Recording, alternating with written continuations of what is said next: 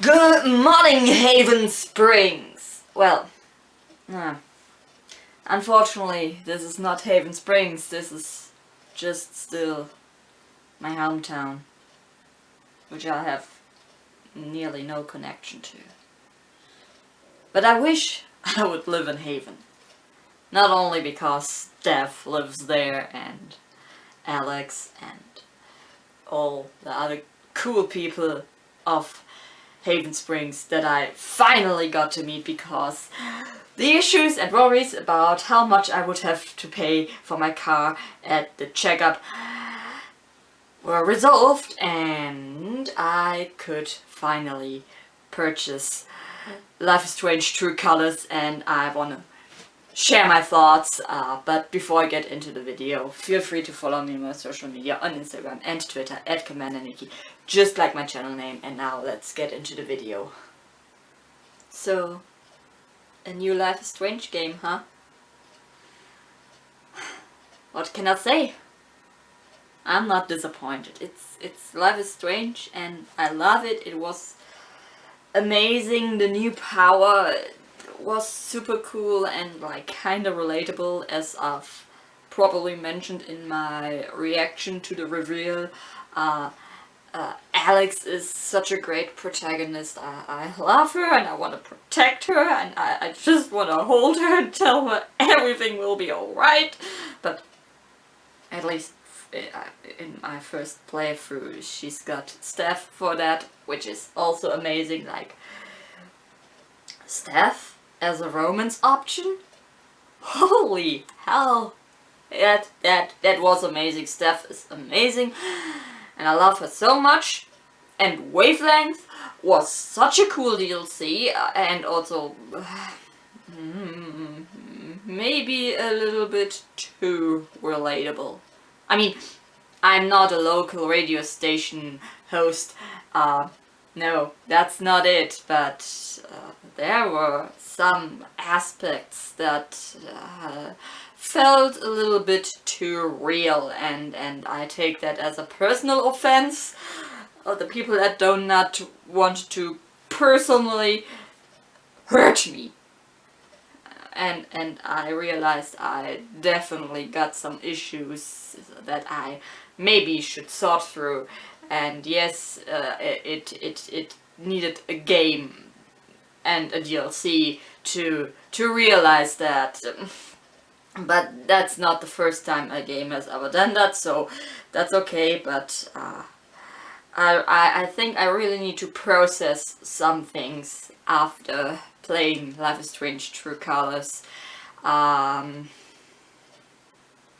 don't know, so before I ramble too much about how much the game hurt me, let's continue with more thoughts. The music, again, amazing. Even though it wasn't there as much as it used to be, but I assume, and I've heard people talk about it, that it's probably because of streaming, and so people don't get copyright claimed when they play the game and then all these bits of music play, and it would be unfortunate. So I guess it's because of that. I'm not sure. But one thing that I've noticed is that the game was a lot. I mean, there's some tragic stuff happening, but with the ending, spoiler warning by the way, it's kinda, I don't know if it has several endings like the other Life is Strange games, but I think it just depends on who you pick as a romance option. I don't even know if you can just go without romancing anyone. I'm not sure about that. I'll have to look that up somehow. But with the ending, it's kind of weird, because it's just, it feels very positive, like the big company gets call out for their bullshit. The town secret gets revealed, and it's all good, and of course Gabe isn't there to be with his sister in her new life, but she made new connections, so that's great. And I heard it first when listening to The Greatest Story Ever Played, in their episode on the game, and they mentioned it too, that it wasn't such a killer ending like the other Life is Strange games. Like, in the first Life is Strange game, you've got like the big choice in the end, and let's be real, neither of them are good endings. Then you've got Before the Storm, and it's also kinda bittersweet.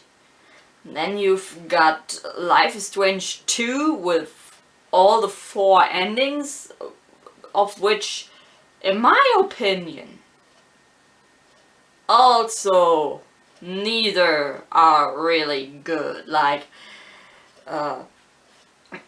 look at the decisions. It's just none of those endings are actually really good. There's, even though some of them are more positive than others, but there's always some kind of bittersweetness around them, and they really changed that up for True Colors, which I think is interesting, and I wonder if they go somewhere with that. And it actually made me wonder if maybe COVID had something to do with the way they made the game overall, aside of the tragedy happening, a little bit more positive, especially the ending. Like, 2020 and even 2021 not good years, and then having such an emotionally impacting game having the possibility of a bad ending, it could have been a lot. And I think maybe, just maybe, they made it more positive of everything going around in the world.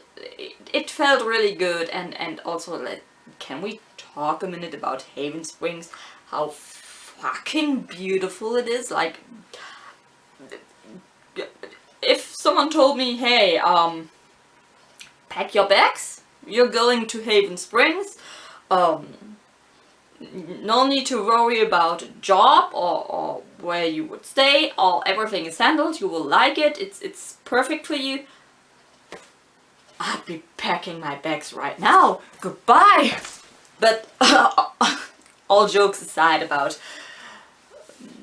running away to Haven Springs, I really enjoyed Life is Strange True Colors, and I honestly can't wait to see what more Don't Not has in store for us in Deck 9, and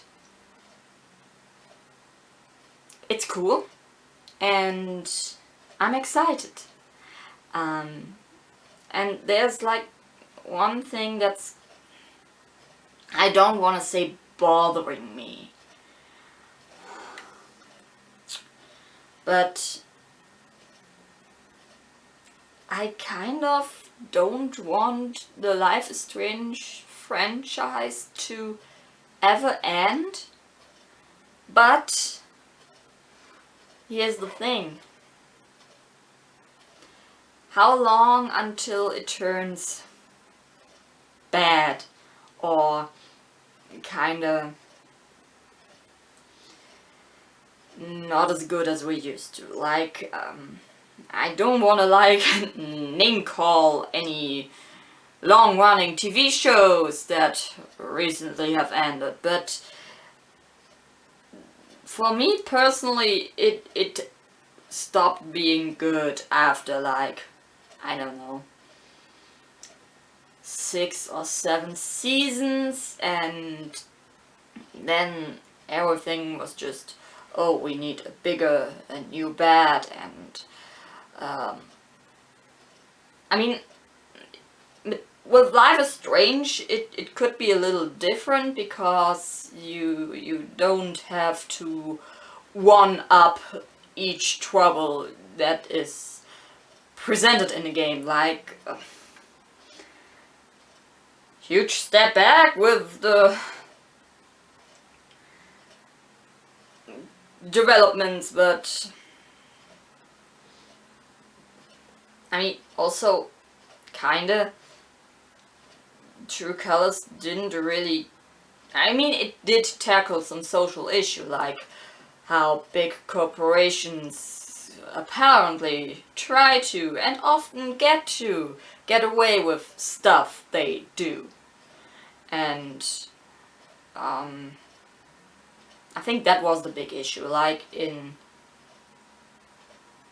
everyone always calls the first Life is Strange game talking about LGBTQ issues, but it doesn't. It's just a murder mystery, and maybe it's about how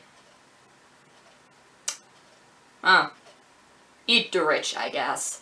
Like, the Prescotts own the town, and they cover everything up, and there's people in positions of power like Jefferson, and nobody's really believing in Max, saying, hey, there's something wrong. So maybe that's the issue here. And then we have Life is Strange 2, obviously the whole racism stuff, which is like horrible that stuff like that still happens. And then we have Life is Strange 3, I mean True Colors, and there it talks about big corporations being evil. And I think that's interesting that you get something else every time you play a Life is Strange game, and that Life is Strange generally focuses on more realistic troubles than there's dragons, there's zombies, there's super evil vampires roaming the street while you're yourself a vampire doctor. Try to survive in the post-atomic war nuclear wasteland.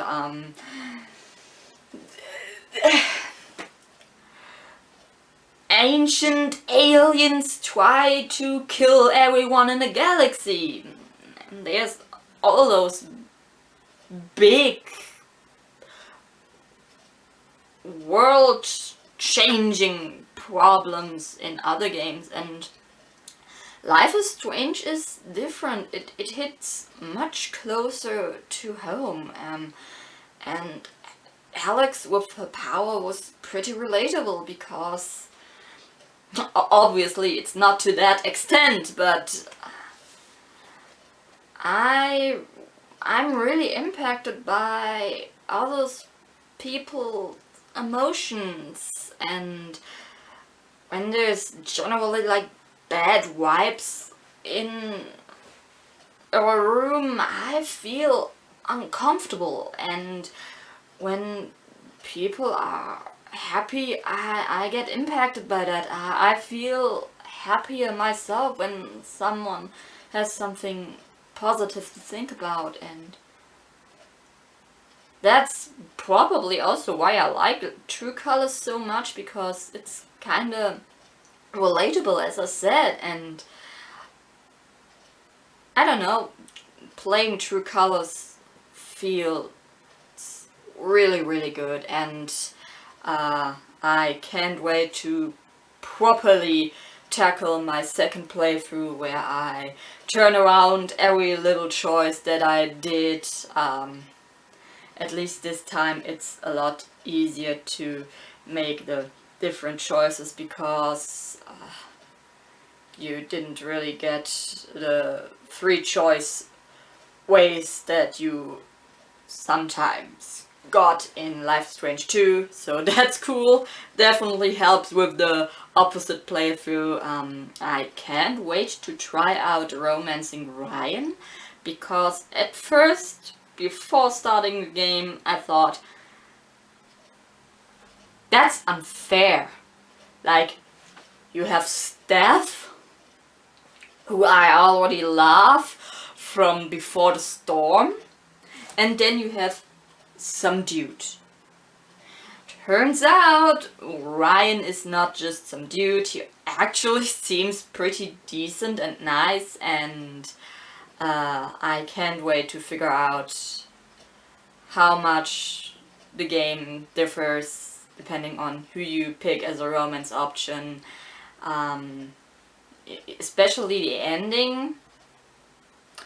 That could be interesting to think about too, how that would play out. The ending was beautiful, by the way.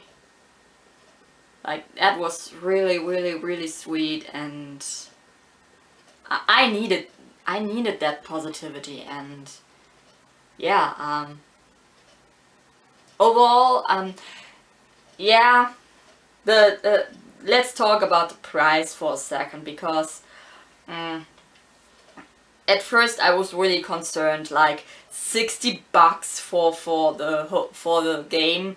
That's a lot.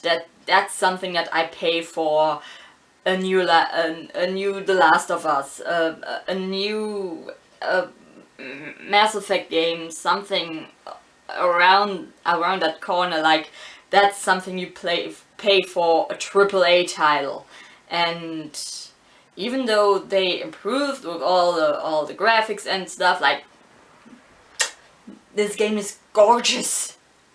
Like, and the more openness of the world feels so good, and it's really pretty, and